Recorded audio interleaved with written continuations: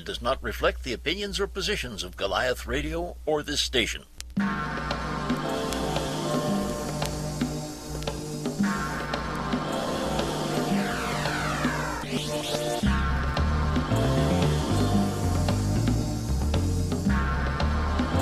T-4 and counting. Good morning and welcome to AirOccupy. I am Liz, and this is the radio show that speaks truth to power and occupies your mind for the next hour. I'm here with Jerry and Shannon, and today we're going to talk about politics and Occupy. This has been a big discussion within the movement, within the Occupy movement, here in Daytona Beach, but also all across the United States. How much participation should Occupy have in politics? Good question. We're going to talk about it.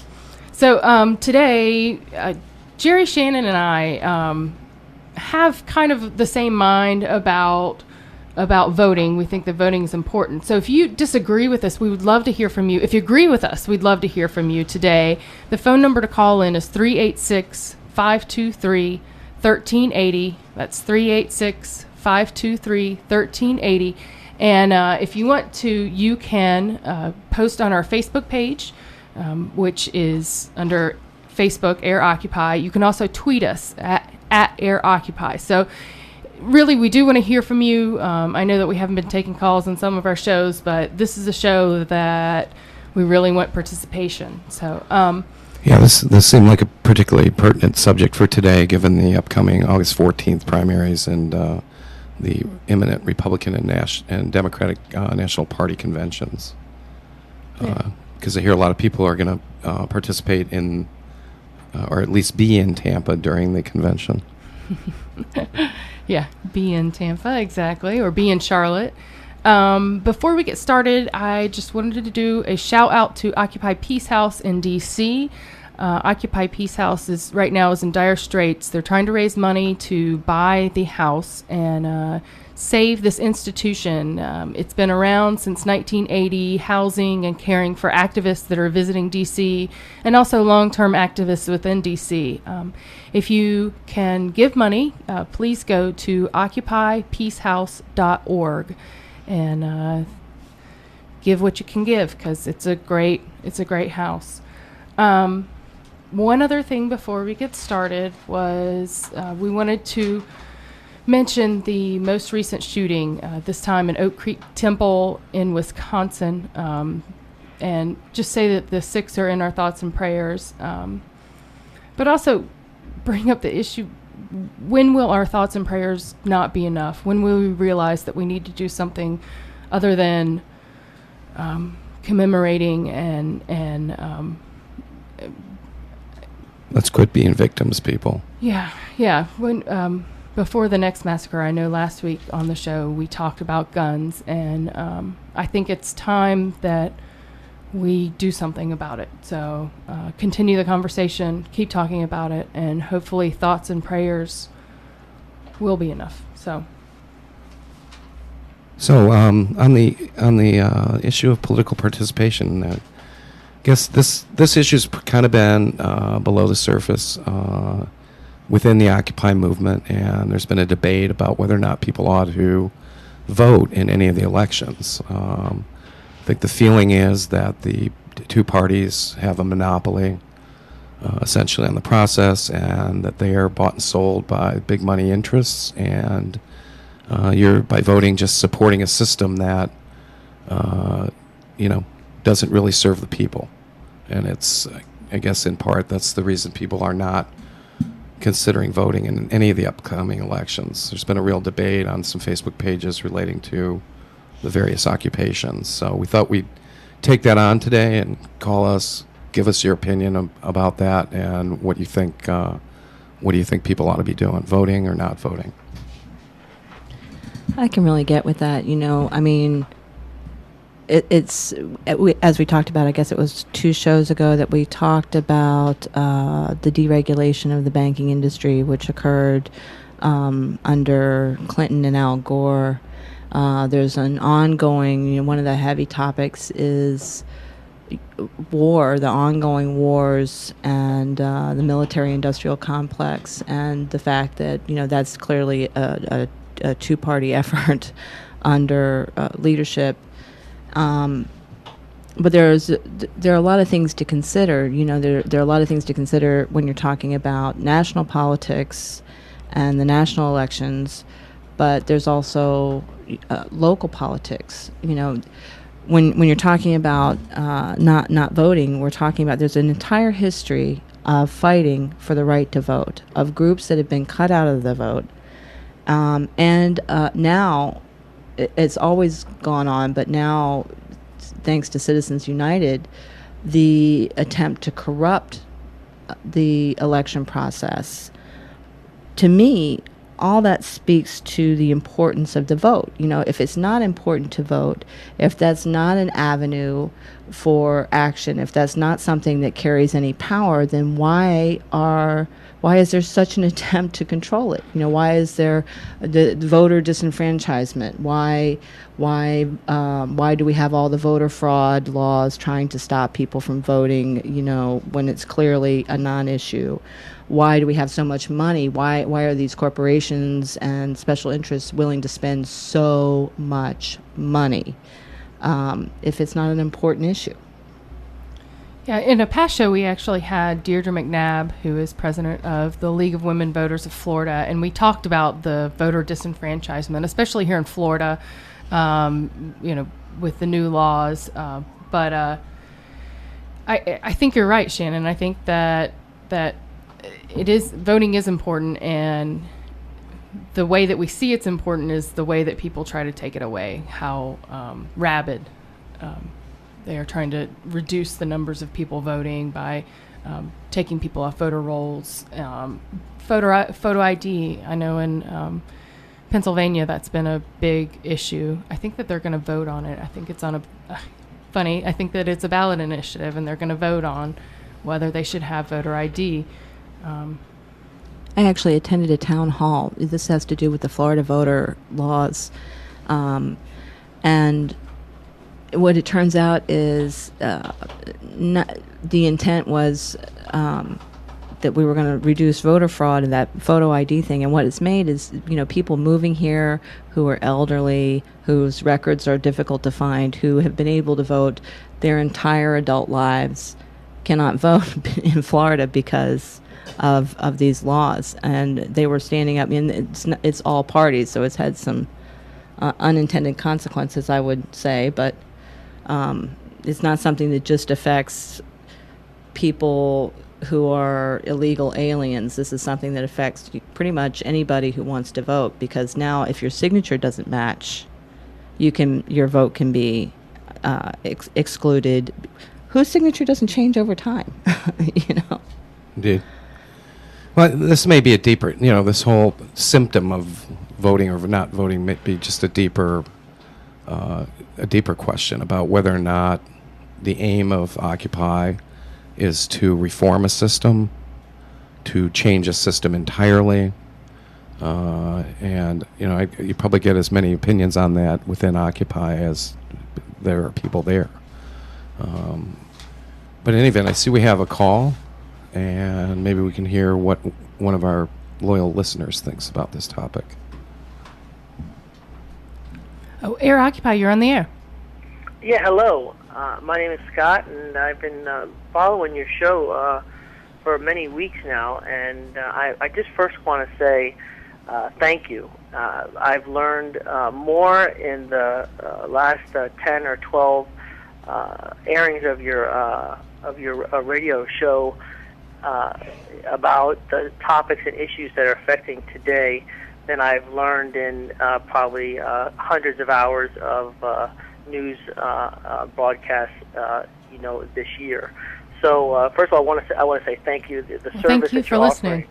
Well, thank you for being there. And I tell you, this is a real important topic that you're bringing up, because I really have been leaning. Through the education that you guys have been offering, and also that's been, becoming uncovered, through, instant news, and the accessibility to it. I used to think that it was one party was corrupt, and it was that kind of thing, and it was one party's money. And now I've become so disenfranchised with the fact that I find out that the only two choices that I seem to have, it's the lesser of evils, and that the Democratic Party and the Republican Party are both heavily controlled and dominated by special interest groups that don't serve me as an individual, and I think the majority or the supermajority of the American people. And I've been leaning towards, just like on the Occupy page, I won't use the explicitive, but it's F the vote, and but I realize that just by listening to you guys put out your opinions, about how you feel about the right to vote and how important it is, and people keeping it from us. I really don't know what to do now. I don't know how are we going to get to change if I don't vote, and if I have two things to vote for that neither one of them seems to serve the greater good. What do we do? Do we take to the streets? What do we do to really get the people heard? That's a great comment, and I think for me, it's what I am fond of saying. People I think are sick of hearing this from me is occupy everywhere, and occupy everything. If there are nonviolent means to change things or to hold things off, it can be anything from a park occupation to a in-person mic check at a rally to any kind of a demonstration to having your own radio show to, with respect to the vote, while not perfect, and while the alternatives are certainly corporate interests, maybe there's a matter of degree. If my only power against Koch brothers' money in determining the policy across this country is to cast my simple one vote, I think you got to make some fine calls here. For me, for instance, in the presidential election, people say don't vote. Romney's equal to Obama. But in fact, if you burrow down and look into what they're doing, last I heard they wanted to have more tax relief for rich people, which created the income inequality that we're all complaining about here. And they're going to take mouths out of or food out of the mouths of children. I mean, they want to scuttle a lot of food programs that help people. So what do we do in the interim? We don't vote, and we get the worser or the lesser or the more evil of the two options. That has an impact on people's lives at some point. So if I can go down, get my ballot and cast it without a hassle to just do that small little part. I don't agree with the positions of either of the candidates when it comes to things like climate change and their inaction and inability to address it. We're talking here about gun control. That neither one of the war was obviously going to be on my list, and the undeclared drone wars. The ongoing policies of prior administrations that now, there's another party, but they're doing the same thing. Well, Scott, thanks so much for your call. Oh, thank you. Yeah, I tend to agree with you, Jer. And you mentioned a lot of, it's kind of a dichotomy of working within the system by voting and kind of supporting the system. And I've heard a lot of people in Occupy talk about working outside the system because the system is so broken. When do we get to the point where the system is so broken that we cannot work within the system? And I don't know that we're there yet. Personally, that's my opinion. So we have another call. That's a good point. And, I think the answer to that in part is we've had people on from anywhere from Occupy the SEC, people who took time out of their lives to delve deeply into the Dodd-Frank financial reform bill and to learn about the VOCA rule. And I guess I wouldn't dismiss their work as, well, you're working on a broken system, so you're just wasting your time. I think that the efforts that those people made were just Herculean and impressive, and standing up for fair rules for everybody to play by, I don't think is a waste of time. Hey, you're on the air. Oh, hi. My name is Phil. I'm calling from Port Orange. Hey, Hey, Phil. Phil. How are you? Hi. Good, thanks. I made a post on your AirOccupy. We were going to read that. We're going to read it. Sure.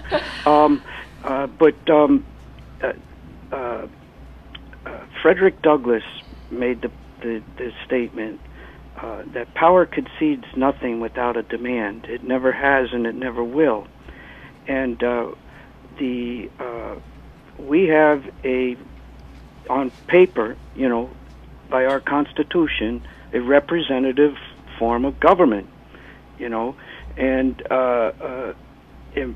that's what these soldiers take an oath to give be willing to give their lives for in defense, is the Constitution. And this representative government has been taken from us, and they ain't going to give it back.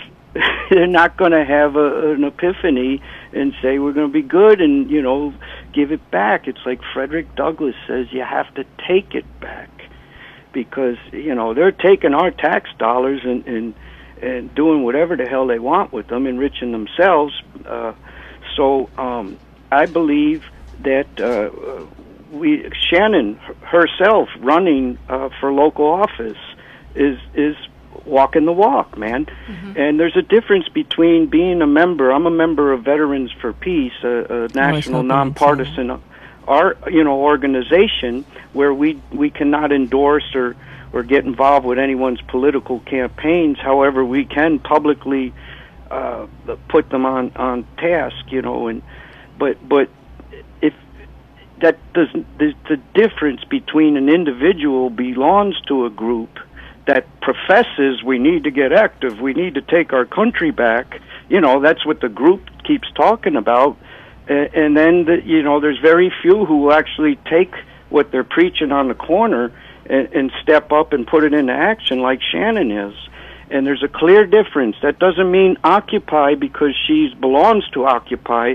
That doesn't mean Occupy is running a candidate. And if anyone's paying attention, you can see that Shannon has been very clear in keeping that boundary, and I think that needs to be made clear. Phil, what would you say to a person like our earlier caller Scott, who's a little bit skeptical, who would say, how about in a race where there are no Occupy or Occupy-friendly people in the race, and you feel like you're voting for the lesser of two evils? Do you still think it's important to vote? I do. I believe if you're not voting for who you want, even if it's a write-in, you're letting you're giving up your vote. You're voting for someone that you'd rather not vote for, because we keep playing this game. The powers that be that stole our representative government, they took it, and they ain't going to give it back. We got to get up on our asses, get off our asses like Shannon McLeish is, and start taking it back. And so I believe if you, as far as, let's say, the presidential election, you talked about the wars, we're committing the same war crimes that we hung Nazis for at Nuremberg. Yeah, there are our own definitions. And I cannot cast a vote for either war criminal, the one who's currently prosecuting wars of aggression, or the one who's promised to continue to prosecute them. And if I cast that vote, that play that lesser of two evil game, like that Robert Perry article that's going around, then I am complicit in those war crimes. Well, I think that for me, voting for the lesser of two evils, I have to vote for the lesser of two evils in this election. You don't? Well, but let me just tell you, because I lose things. I will lose health insurance if Romney is elected.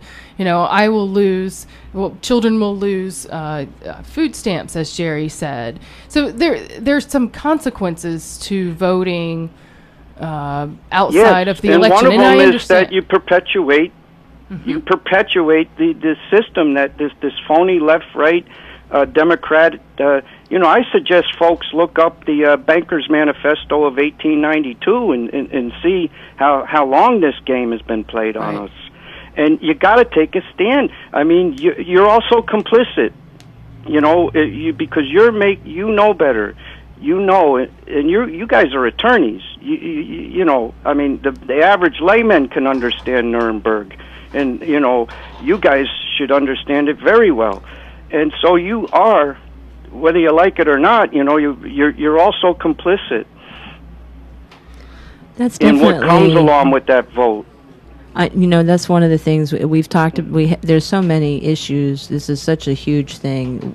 War is definitely something that's going to be talked about. We know it. I hear you, Phil. And it's also we costing appreciate you calling us. We It's really also do. costing us $500 million a day, by the way, you know, as far as things that we could be getting with that money. So think of that, too. Oh, yeah. $800 billion a year, man. Yeah. Yeah. Thanks, guys. Phil, thanks for calling, Phil. man. So much. All right. Well, Phil brings up really interesting points. You know, voting for the lesser of two evils, but we have to weigh our priorities. Is what I was thinking. You know, what are your priorities?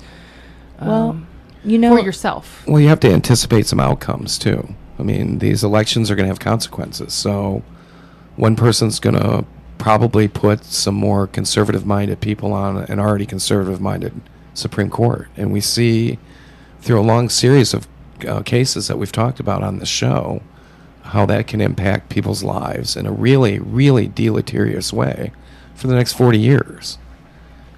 I think we're coming up on break now, and one of the things that I want to talk about when we come back is, yes, nationally, I can see both points. You know, I really can. And I personally don't know where I stand on it. You know, like there's Jill Stein who's getting herself arrested. She's a Green Party candidate trying to stop foreclosures. Last week. It's incredible, you know. But there's also, you know, when you talk about not voting, here you have local elections that impact your day-to-day life that, you know, are removed from some of the topics that we're discussing. But the impact is just as serious. And I'd like to talk about that, hopefully, when we come back. Yeah, we'll go to break. The first break, we're going to be listening to Rebellion Politic by Junkyard Empire.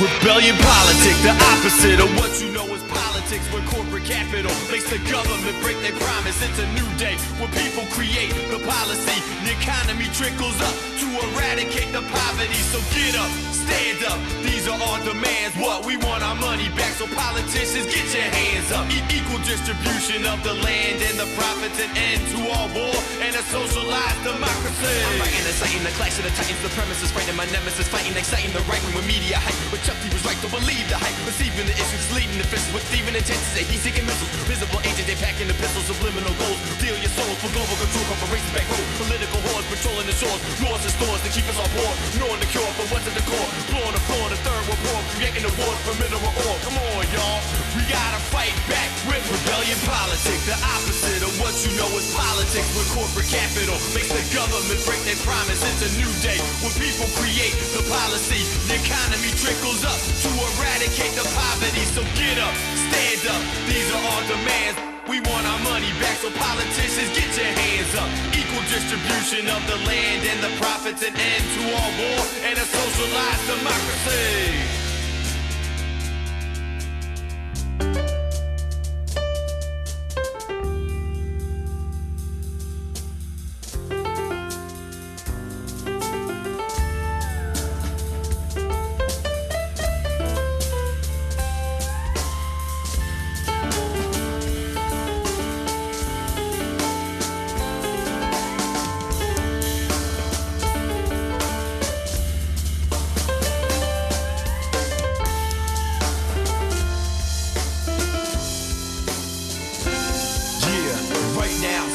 As the voice of the masses, defeated, mistreated, believe it. You beat us, robbed us, and gassed us. We've been passed up, locked up, exploited, and downsized. But we will uprise, no compromise. This is the fight next time. My mind is still inclined to form a rhythmic rhyme, but I got enzymes in my blood that let me break it down each time, so I can't digest all that bullshit that you feed me. You think Hip-hop is antisocial, you ain't read the graffiti, cause you ignored us like the writing on an Indian treaty. We from the seedy, needy streets of each American city, where it's gritty and grimy, public school hallways, never shiny, but police behind me, cause public policy criminalized me and kept us in poverty like a thorough resident. Nobody's exempt, not even the brother of the president. Rebellion politics is rebellion scholarship, the science of survival in a repressive environment. Rebellion politics, the opposite of. And we're back. This is AirOccupy. You're listening to AirOccupy, and I'm Liz, and I'm here with Shannon and Jerry. And today we are talking about voting and whether you vote. Shannon, you were saying something before the break?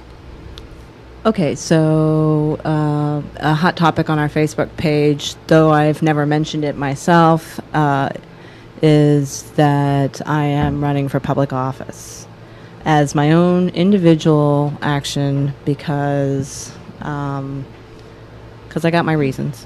Anyway. You got good reasons. You do. I've heard you talk about it, and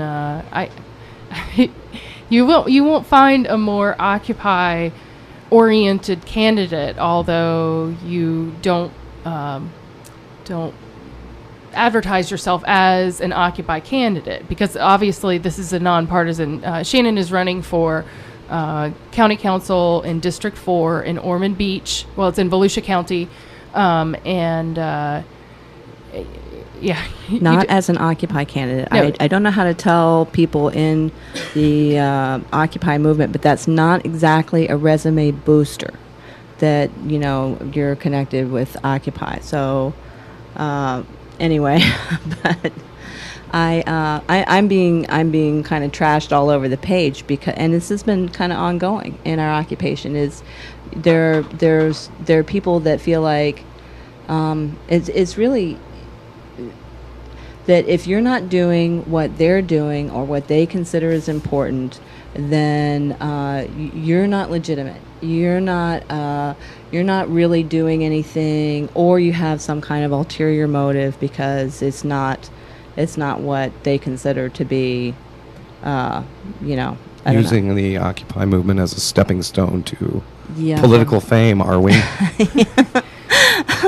Yeah. I mean, I just know there are dozens of candidates that are Occupy-identified candidates across the country for every level of seat. I think, importantly for me, and what I think people fail to draw some distinctions on, is there a difference between voting in local elections, the most direct form of representation we have about where we live, versus not voting in national elections because we feel so alienated from that system because of its control by big money. Well, another issue about whether to vote or not vote, there are a lot of ballot initiatives, and we'll talk about those in a little bit. I just want to tell all of our listeners, if you have a comment, if you're thinking, you want to tell something to us or give us a question, please give us a call.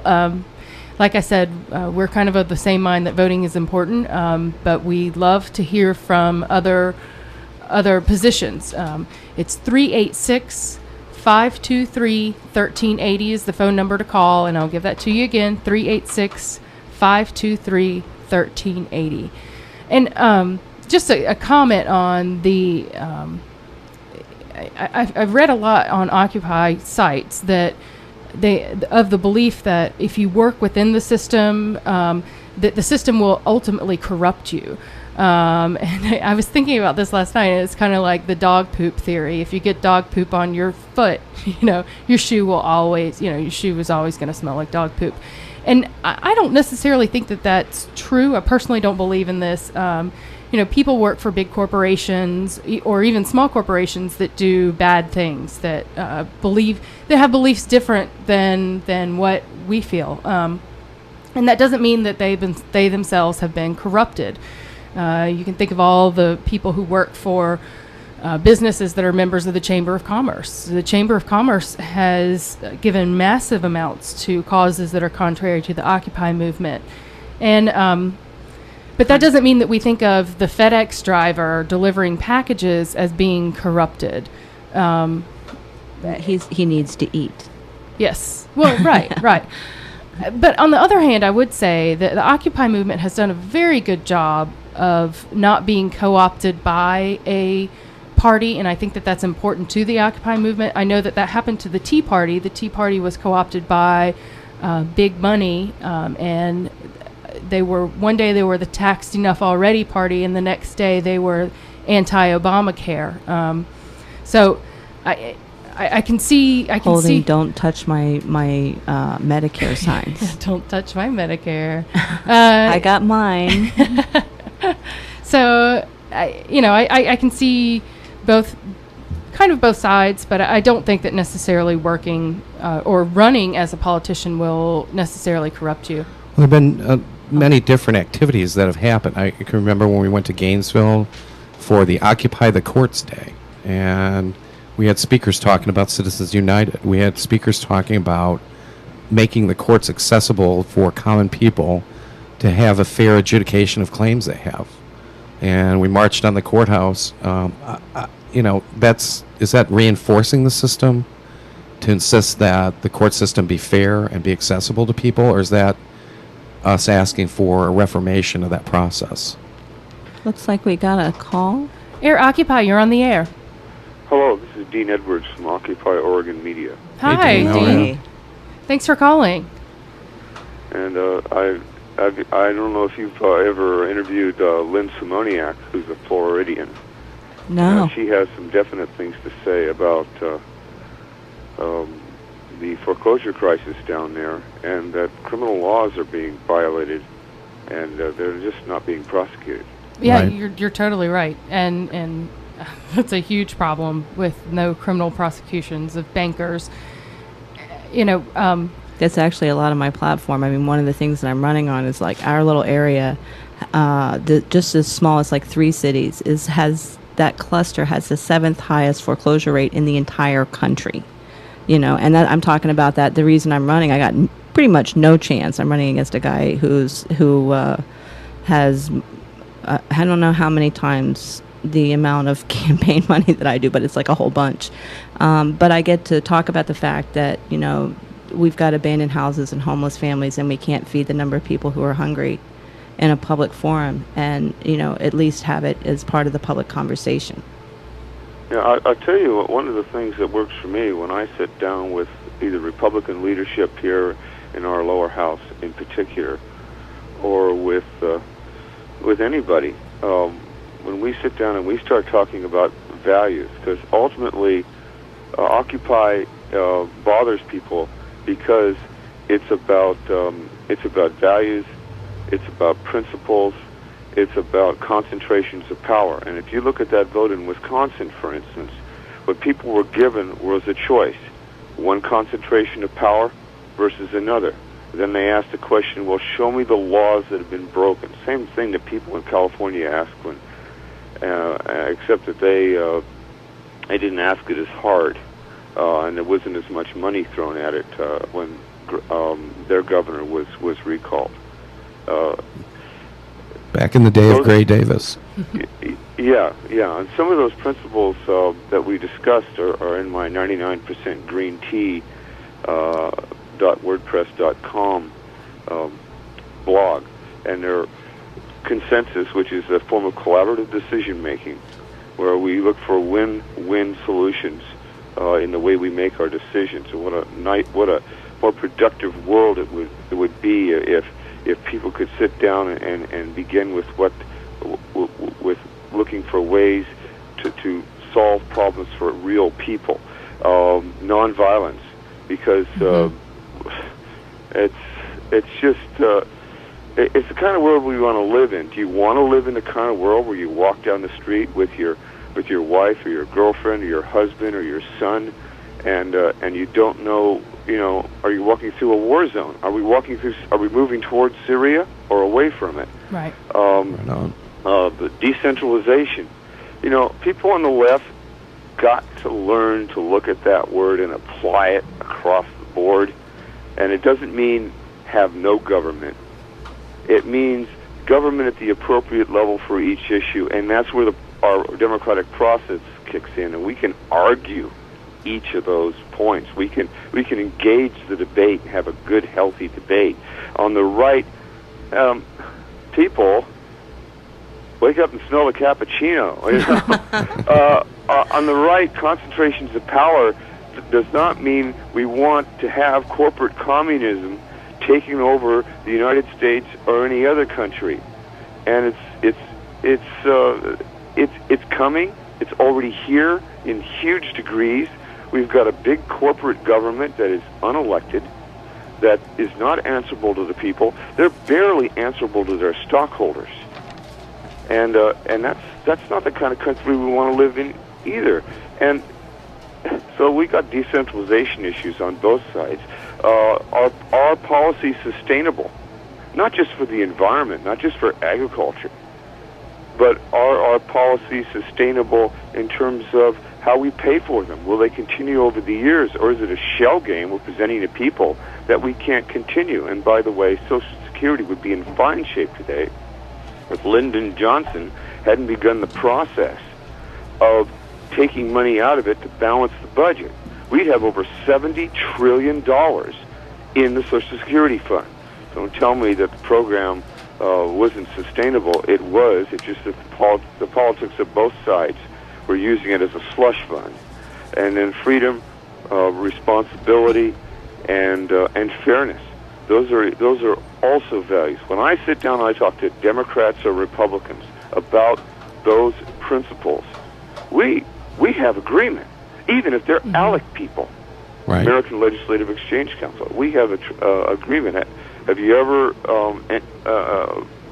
from the campaign stump, addressed the people on the basis of values and demonstrated that, Yeah, absolutely. That's what it's about or not? The things that you're talking about are the things that I'm talking about. And I'm Great. talking with the people who are in office, and I'm talking with the people who are running for office because, whether I win or lose, I'm not done talking about it. I got 2 kids. They're growing up in this place. And, if people want to know my motivation, there you have it, man. That's my motivation, is what we got going on here is not good for, most of the planet. Yeah. How do you feel about before any of the people get all down on me?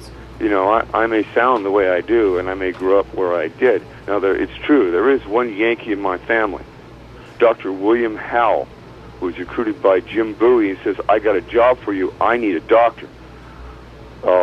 My 3rd great-grandfather died at the Alamo, so I think he can be forgiven. So, Dean, I have one question for you. Do you vote? Yes, ma'am. Excuse me? Do you vote? Yes, I do. Wonderful. Well, Dean, thank you so much for all your comments and for calling in. I'll Such a be great listening. perspective. I just wanted to say those things because I really think they're important. Oh, they and are. It's not that you're going to win or lose.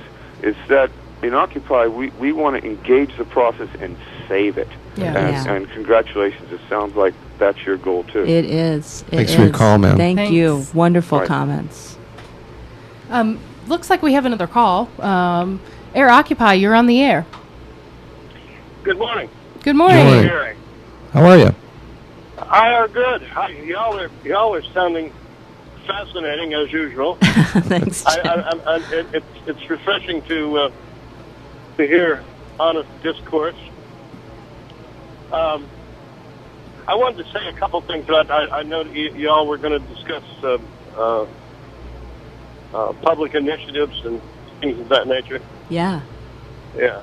I think Jerry and Liz are familiar with my efforts to put something on the ballot. We are. A courageous move.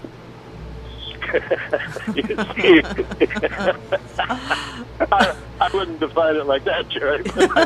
Just I by thought it was like tilting at windmills, which I think is... Aren't we all?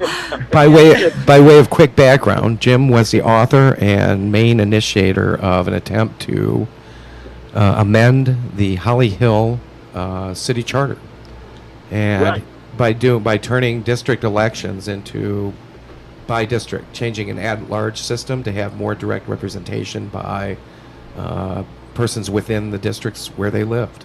Actual district elections. Right. And I think that, the purpose of that is that while you know that you are indeed a city official, you don't have to please everybody in the city to pursue your goals.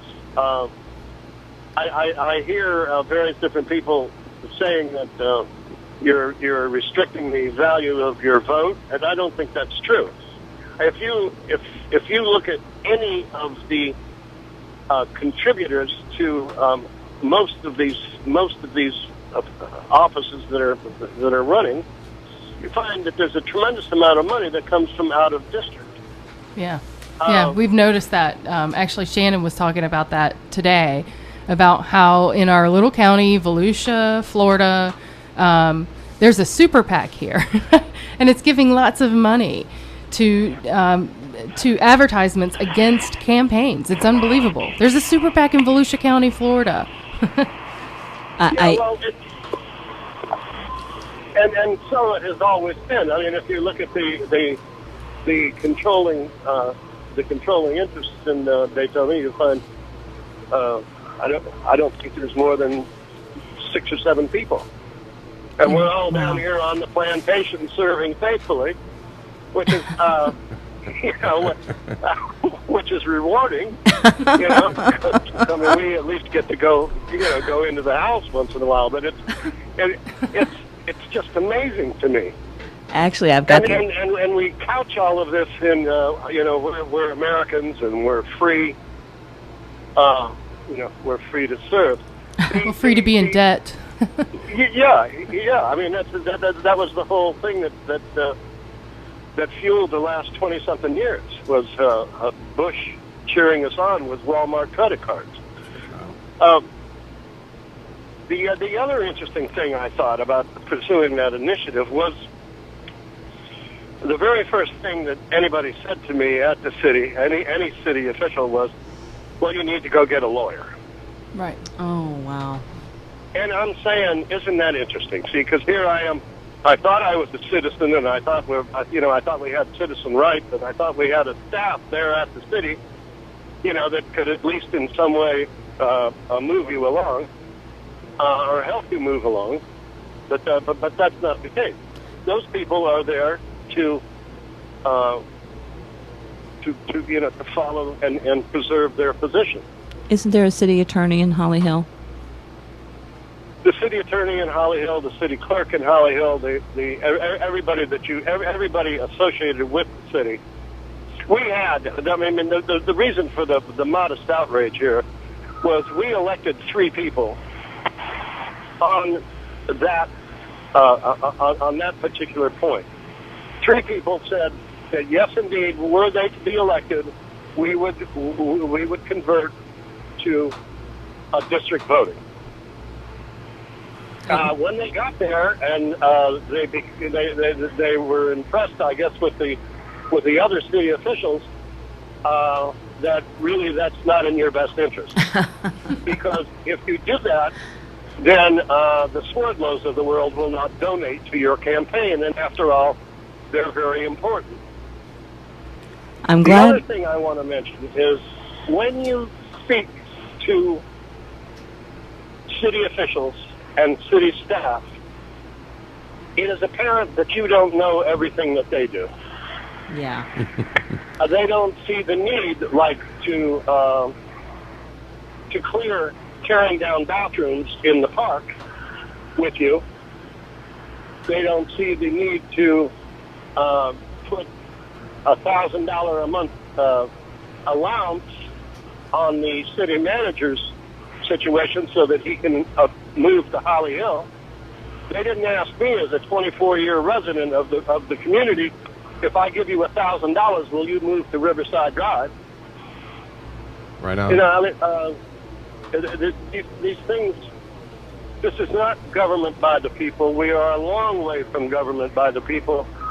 I commend y'all and other folks who are interested in restoring the rights and privileges of citizenship.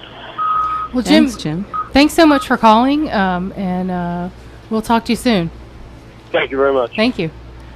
So, Shannon, you were going to give us some figures for the super PAC here. Okay, so this is one of the things that I've been talking about. I just did a little research this morning just on my own race, and I've been talking about that a little bit. I'm running for the county council. right now, that's six races. There's the county chair and 5 districts that are running. One district, the money seems kind of evenly distributed, not outrageous. First, let's qualify by saying this is a position that pays $40,000 a year. $700,000 has been spent so far in these 6 races. That's not counting the super PAC. 700,000? 700,000. Actually, it's over 700,000. It's more around 750,000.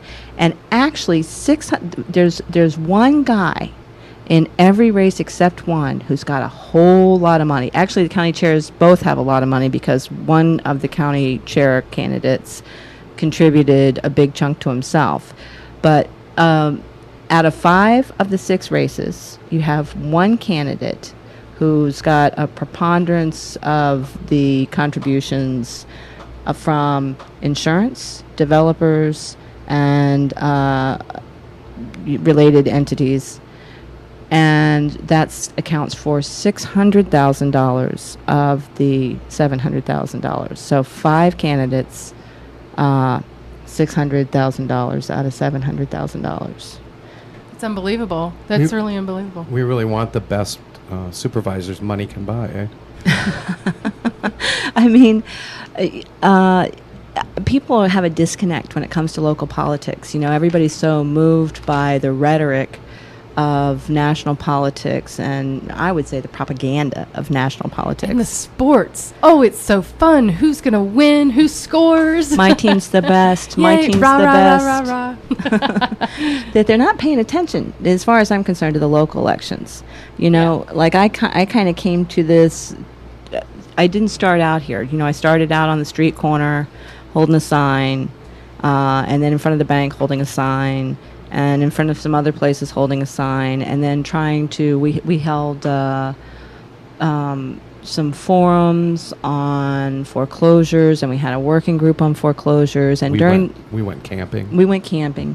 We went before the police chief, and we went before the city commission, and we went before the county council. We've all kinds of stuff. We invited all local politicians to our meetings. That's right. Everywhere. Yeah. Yep.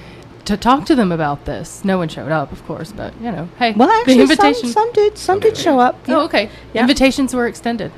What in the end moved you to move away from those kinds of activities into actually deciding to run and do all the things associated with running? Because I know it's a big job. Huge. I mean, I'm getting about 4, 5, 6 hours sleep a night.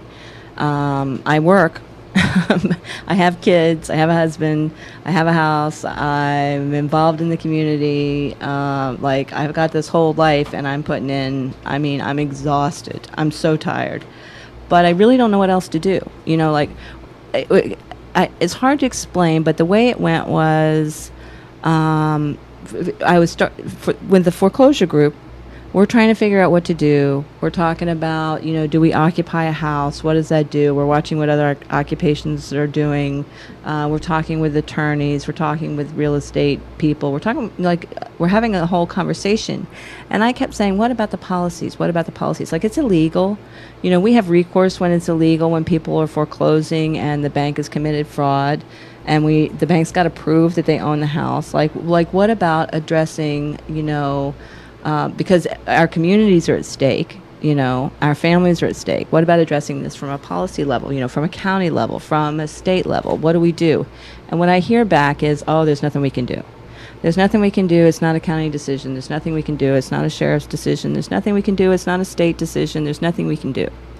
And I would go to, like, we went, for instance, to the Daytona Beach City Commission. And the issue before that commission was criminalizing people asking for food. So that if somebody asked for food in this specific area, they would be carted off to jail and fined. Or if someone gave food. The other part of that was giving away food, correct? Actually, that is true. There's a woman who is dynamite who was feeding people. She made sandwiches, her own stuff, her own money. She went to the park and gave them to the families sitting there, the people sitting there who were hungry. You know, that just her own, just because they were hungry and she couldn't stand it that they were hungry. and she was run off. She was told that she would be arrested if she continued. She could not feed them, and that it was illegal. So that was before the city commission meeting that we attended, a whole bunch of us. A lot of people attended that city commission meeting. And what was remarkable to me is they passed this punitive, cruel policy unanimously. And when I went before county council on other things, now the county council, there are members of the current county council who do think for themselves, but the feeling there, was overwhelmingly, you stand before these people who are sitting on this platform in royal fashion, 3 feet above your head, and you're given 2 minutes or 3 minutes to speak, and they cut you off, and they're rude, and if you say things they don't like, not just the county council, but other, representatives of the county cut you off, and you feel belittled, you feel powerless, you feel like you're inconveniencing them, and you feel kind of foolish. There's something wrong with that. Yeah, and I like that you realized the way to change it was to run.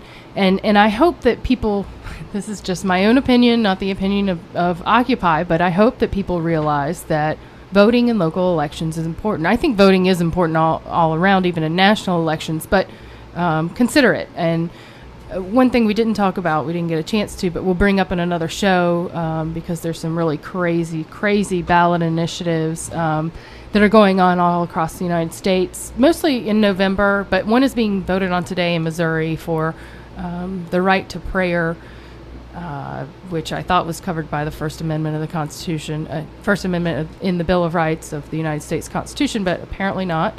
But anyway. Well, that's another thing, and I hope we have a show on that, and we're wrapping up. But for people to speak of morals and values and to act against their fellow human being is a bunkload of you-know-what. So Just true. thought I'd say that. So true. That is not humanity or Christianity or any other entity other than inanity. Yeah. We're supposed to serve the people. That means, that has a meaning, and it should be informed by some values about what people need, where people have things in their lives that government can be of some assistance to them. So true. So true. So that kind of wraps up our voting show. I think next week we're going to start to talk a little bit about the conventions and people demonstrating at conventions.